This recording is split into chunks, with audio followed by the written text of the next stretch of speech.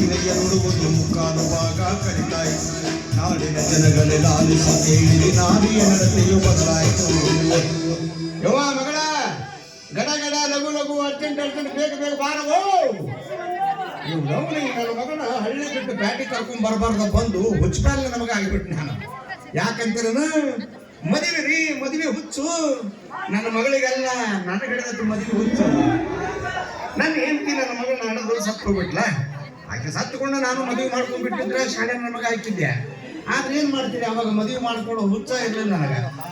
ಈಗ ಯಾವಾಗ ತಂಡಿ ಜಾಸ್ತಿ ಬಿಡಕತ್ತು ಆವಾಗ ಗೊತ್ತಾದ್ರೆ ನಾನು ಇನ್ನೊಂದು ಮದುವೆ ಮಾಡ್ಕೋಬೇಕಂತ. ಏನಾಗಲ್ಲಪ್ಪ, ನನ್ನ ಮಗಳಿಗೊಂದು ಒಳ್ಳೆ ಹುಡುಕಿ ಆಕೆ ಮದುವೆ ಮಾಡಿ ಗಂಡನ ಮನೆಗೆ ಕಳಿಸಿ ನನ್ನ ವಯಸ್ಸಿಂದ ಒಂದು ಅಂಟಿನ ಲವ್ ಮಾಡಿ ಮದುವೆ ಮಾಡ್ಕೊಂಡ್ಬಿಟ್ರೆ ಆತು. ಹಿಡಿಬಾರ್ದಪ್ಪೋ ನಮ್ಮಂತ ವಯಸ್ಸರಿಗೆ, ವಯಸ್ಸಾದ ಮುದುಕರಿಗೆ ಮದುವೆ ಹುಚ್ಚು ಹಿಡಿಬಾರ್ದು. ಬಂದ್ ನೋಡ್ರಿ ನನ್ನ ಮಗಳ, ಬಾ ಬಾ ಬಾ ಬಾ ಬಾ, ನೀನು ಜೂನ್ ತಿಂಗಳ ಬಿಡ್ತೈತೆ ಬಾ.